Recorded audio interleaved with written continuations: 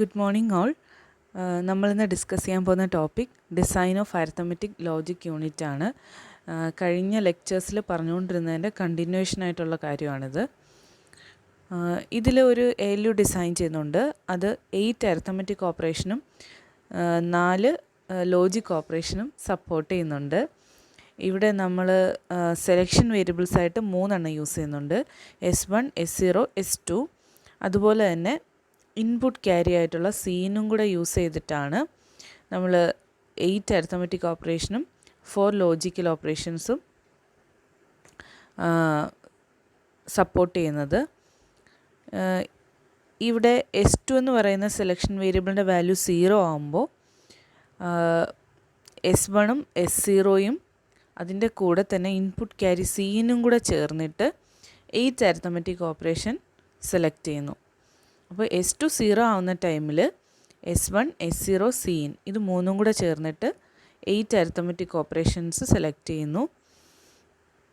ഇനി S2ൻ്റെ വാല്യൂ 1 ആവുമ്പോൾ S1ഉം S0യും കൂടെ ചേർന്നിട്ട് 4 ലോജിക്കൽ ഓപ്പറേഷൻ, അതായത് ഓർ, എക്സോർ, ആൻഡ് നോട്ട്, ഈ 4 ലോജിക്കൽ ഓപ്പറേഷൻസും സെലക്ട് ചെയ്യുന്നു. അപ്പോൾ S2 ആണ് ഇതിൽ അരിത്തമെറ്റിക് ഓപ്പറേഷനാണോ ലോജിക്കൽ ഓപ്പറേഷനാണോ പെർഫോം ചെയ്യേണ്ടതെന്ന് ഡിസൈഡ് ചെയ്യുന്നത്. S2 0 ആണെങ്കിൽ അരിത്തമെറ്റിക് ഓപ്പറേഷൻ, S2 1 ആണെങ്കിൽ ലോജിക്കൽ ഓപ്പറേഷൻ. ഇനി ഒരു ALU ഡിസൈൻ ചെയ്യുന്നതിൽ ഇമ്പോർട്ടൻറ്റ് സ്റ്റെപ്സ് ആണ്. ആദ്യം ചെയ്യേണ്ടത് അരിത്തമെറ്റിക് സെക്ഷനാണ് ഡിസൈൻ ചെയ്യേണ്ടത്. ലോജിക് സെക്ഷന് ഇൻഡിപെൻഡൻ്റ് ആയിട്ടുള്ള അരിത്തമെറ്റിക് സെക്ഷൻ, അതായത് അരിത്തമെറ്റിക് സെക്ഷൻ മാത്രം, അത് ലോജിക് ഓപ്പറേഷൻസ് ഒന്നും പറയുന്നില്ല. സെക്കൻഡ് സ്റ്റെപ്പ് എന്ന് പറഞ്ഞാൽ ഇപ്പം നമ്മൾ ഡിസൈൻ ചെയ്ത് വെച്ച അരിത്തമെറ്റിക് സർക്യൂട്ടിൽ നിന്ന് ലോജിക് ഓപ്പറേഷൻസ് ഡിറൈവ് ചെയ്യുക, അല്ലെങ്കിൽ ഡിറ്റർമിൻ ചെയ്യുക. അപ്പോൾ എക്സിസ്റ്റിംഗ് ആയിട്ടുള്ള അരിത്തമെറ്റിക് സർക്യൂട്ടിൽ നിന്ന് പോസിബിൾ ആയിട്ടുള്ള ലോജിക്കൽ ഓപ്പറേഷൻസ് ഡിറൈവ് ചെയ്യുക.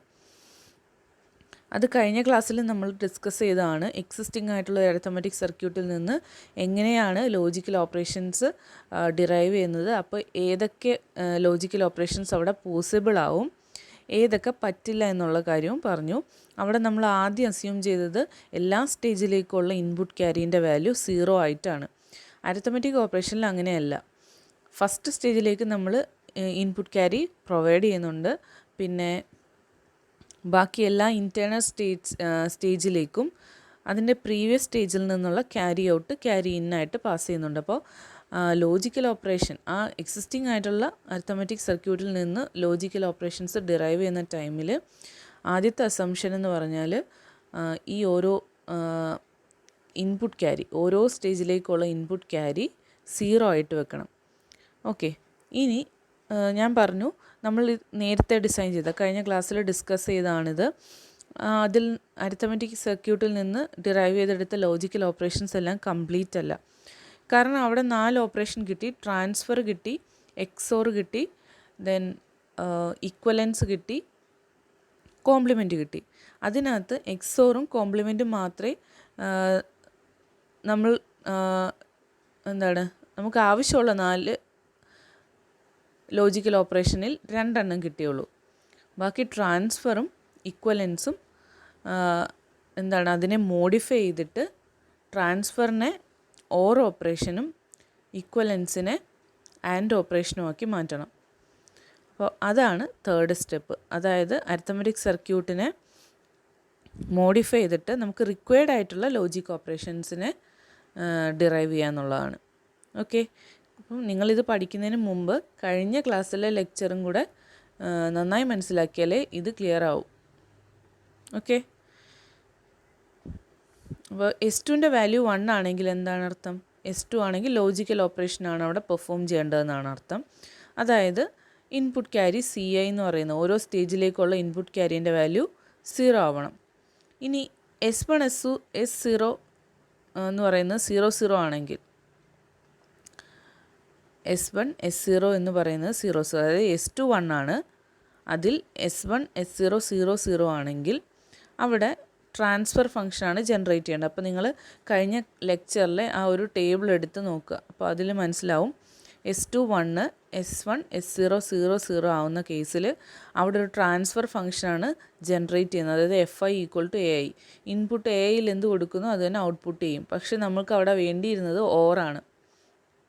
അപ്പോൾ എങ്ങനെ ഈ ട്രാൻസ്ഫർ ഫംഗ്ഷനെ ഓറായിട്ട് മാറ്റാം? അപ്പോൾ ഇതിനെ ഒരു ഓർ ഓപ്പറേഷനാക്കി മാറ്റാൻ വേണ്ടിയിട്ട്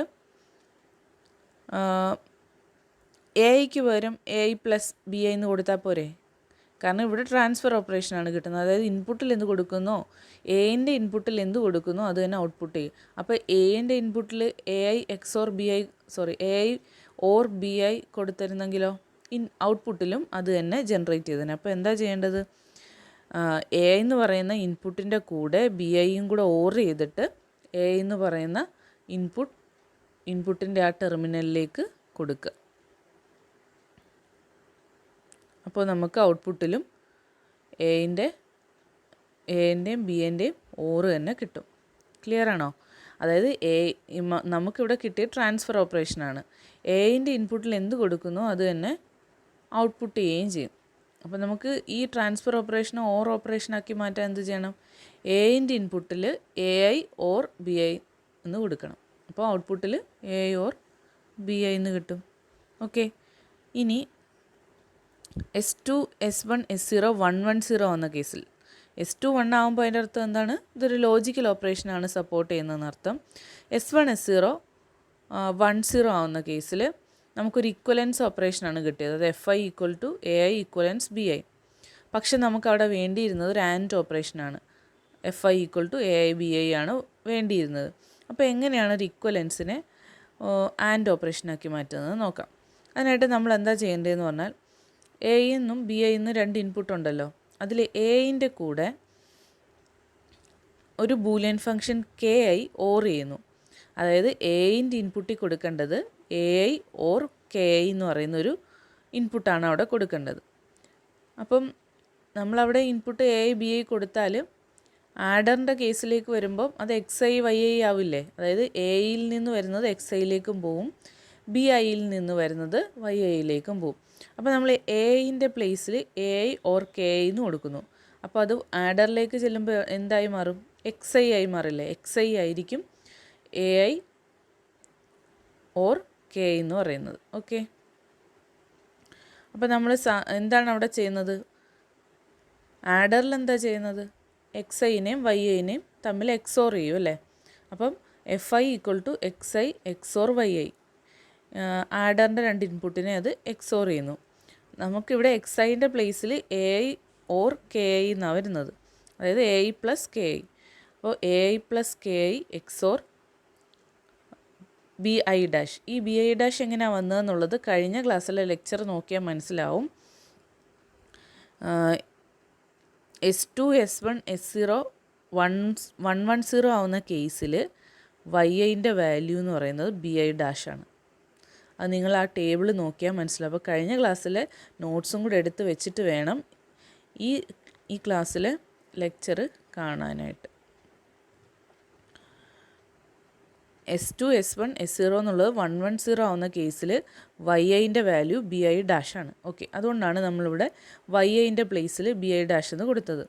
ഇനി നമ്മൾ XOR എന്ന് പറഞ്ഞാൽ എന്താണ്? ഇപ്പം A XOR B, അതിൻ്റെ വാല്യൂ എന്താണ്? അല്ലെങ്കിൽ അതിനെ എക്സ്പാൻഡ് ചെയ്യുമ്പോൾ എന്ത് കിട്ടും? A into B complement plus A dash into B. അപ്പോൾ അതുകൊണ്ട് നമ്മളിവിടെ എന്ത് ചെയ്യും? First into AI plus KI into സെക്കൻഡിൻ്റെ കോംപ്ലിമെൻറ്റ്. സെക്കൻഡ് ഓൾറെഡി BI ഡാഷാണ്, അതിൻ്റെ കോംപ്ലിമെൻ്റ് എന്ന് പറഞ്ഞാൽ BI dash whole complement plus ഫസ്റ്റിൻ്റെ complement AI plus KI whole dash into second എന്തോ BI ഡാഷ് തന്നെ. ഇനി നോക്ക്, AI പ്ലസ് KI അതുപോലെ BI കോംപ്ലിമെൻറ്റ് ഹോൾ കോംപ്ലിമെൻറ്റ് അതെന്താണ്? BI ആണ്. Plus AI plus KI whole complement അതെന്തുവാ? AI complement into KI complement into BI complement. Okay, അപ്പോൾ നമുക്ക് ഫൈനലി ഇനി ഈ BI ഫസ്റ്റിൻ്റെ കൂടെയുള്ള ആ BI അകത്തേക്ക് ഡിസ്ട്രിബ്യൂട്ട് ചെയ്യുക. അപ്പം AI into BI plus KI into BI plus AI dash into KI dash into BI dash എന്ന് വരും. ഇനി ഇവിടെ KIക്ക് വരെ നമ്മൾ BI ഡാഷ് എന്ന് കൊടുത്താൽ എന്ത് വരും? എല്ലാ KIനെ റീപ്ലേസ് ചെയ്ത് BI ഡാഷ് വരും. അതായത് AI into BI plus BI dash into BI plus AI dash into BI into BI dash. BI into BI dash എന്ന് പറയുന്നത് 0 ആണ്. അപ്പോൾ അവസാനത്തെ 2 ടേംസ് 0 ആയി മാറും. കാരണം രണ്ടിലും B I into B I dash ഉണ്ട്. അപ്പോൾ അവസാനം എന്ത് വരും? ഫസ്റ്റ് ടേം മാത്രം A I into B I. അതായത് നമ്മളിപ്പോൾ ഇക്വലൻസിനെ ആൻഡ് ഓപ്പറേഷനാക്കി മാറ്റി. ഓക്കെ, അപ്പോൾ നമുക്കിപ്പോൾ എന്താണ് 4 ഓപ്പറേഷനും കിട്ടിയില്ലേ? ഓൾറെഡി നമുക്ക് കോംപ്ലിമെൻറ്റും എക്സോറും കിട്ടിയതാണ്. ട്രാൻസ്ഫർ ഓപ്പറേഷനും ഇക്വലൻസും ആണ് നമുക്ക് പകരം കിട്ടിയത്. എന്തിനൊക്കെ പകരമാണ്? ട്രാൻസ്ഫർ കിട്ടിയത് ഓറിന് പകരവും ഇക്വലൻസ് കിട്ടിയത് ആൻഡിന് പകരമാണ്. അപ്പോൾ നമ്മളത് എങ്ങനെ കൺവേർട്ട് ചെയ്തെന്ന് ഇപ്പോൾ പറഞ്ഞില്ലേ? ട്രാൻസ്ഫറിനെ കൺവേർട്ട് ചെയ്യുന്ന കാര്യം പറഞ്ഞു, ഇക്വലൻസിനെ കൺവേർട്ട് ചെയ്യുന്ന കാര്യമാണ് ഈ ഇക്വേഷൻ യൂസ് ചെയ്ത് പറയുന്നത്. ഓക്കെ, ഇനി ഇതെല്ലാം കൂടെ കമ്പൈൻ ചെയ്തിട്ട് ഒരു ALUവിൻ്റെ ഡിസൈൻ ഡയഗ്രമാണ്, ലോജിക് ഡയഗ്രമാണ് ഇവിടെ കാണിച്ചിരിക്കുന്നത്. ഇവിടെ 2 സ്റ്റേജേ കാണിച്ചിട്ടുള്ളൂ, അതായത് 2 ഫുൾ ആഡേഴ്സേ കാണിച്ചിട്ടുള്ളൂ. ഇനി നമുക്കിതിങ്ങനെ എക്സ്റ്റെൻഡ് ചെയ്ത് എത്ര വരെ വേണമെങ്കിലും കൊണ്ടുപോകാം. 2 സ്റ്റേജേ കാണിച്ചിട്ടുള്ളൂ, 2 ഫുൾ ആഡേഴ്സേ കാണിച്ചിട്ടുള്ളൂ, എത്ര വേണമെങ്കിലും എക്സ്റ്റെൻഡ് ചെയ്ത് പോകാം. ഓക്കെ, ഈ ഡയഗ്രം നിങ്ങൾ വരച്ചെടുക്കുക. ഈ ഇക്വേഷനിൽ എന്തെങ്കിലും ഡൗട്ട് ഉണ്ടെങ്കിൽ നിങ്ങൾക്ക് എന്നോട് ചോദിക്കാവുന്നതാണ്. ഓക്കെ, ഇനി ഈ ഡയഗ്രത്തിൽ നിന്ന് നമുക്ക് ജനറലായിട്ട് ഇവിടെ 3 ഇൻപുട്സ് ഉണ്ട്. XI, YI, ZI. അതിന് കറസ്പോണ്ടിങ് ആയിട്ടുള്ള ഇക്വേഷൻ ഇവിടെ കാണിച്ചിട്ടുണ്ട്. XI എന്ന് പറഞ്ഞാൽ AI plus S2 S1 dash S0 dash BI plus S2 S1 S0 dash BI dash. അതുപോലെ YI എന്ന് പറഞ്ഞാൽ S0 BI plus S1 BI dash. ZI എന്ന് പറഞ്ഞാൽ S2 ഡാഷ് CI. ഓക്കെ, ഇനി S2 0 എന്ന കേസിൽ S2 0 എന്ന് പറഞ്ഞാൽ അവിടെ അരിത്തമെറ്റിക് ഓപ്പറേഷനാണ് പെർഫോം ചെയ്യുന്നത്. ആ കേസിൽ അപ്പോൾ S2ൻ്റെ പ്ലേസിലെല്ലാം 0 കൊടുത്തിട്ട് ഇക്വേഷനെ റെഡ്യൂസ് ചെയ്യും. XI എന്ന് പറഞ്ഞാൽ AI ആയിരിക്കും. YI എന്ന് പറയുമ്പോൾ S0 BI plus S1 BI dash. ZI എന്ന് പറഞ്ഞാൽ CI ആണ്. അതായത് ഇത് അരിത്തമെറ്റിക് ഓപ്പറേഷനാണ് പെർഫോം ചെയ്യുന്നത്. ഇനി S2 1 ആകുമ്പോൾ അവിടെ ലോജിക് ഓപ്പറേഷനാണ് പെർഫോം ചെയ്യുന്നത്. ലോജിക് ഓപ്പറേഷനിൽ S2 S1 S0 എന്ന് പറഞ്ഞാൽ 101 111 ആവുന്ന കേസിൽ function XI equal to AI എന്നും YI S0 BI plus S1 BI dash എന്നും CI ഈക്വൽ ടു 0 എന്നും റെഡ്യൂസ് ആവും. CIൻ്റെ വാല്യൂ 0 ആയ കേസ് അറിയാലോ. Okay,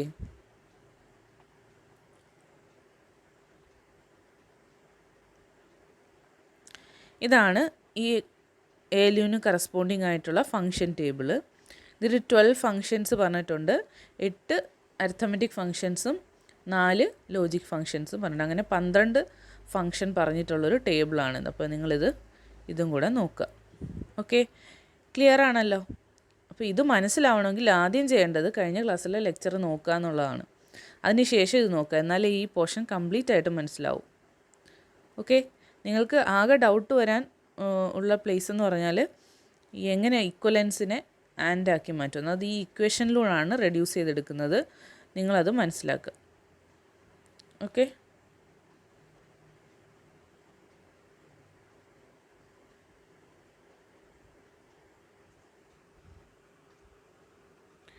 thank you.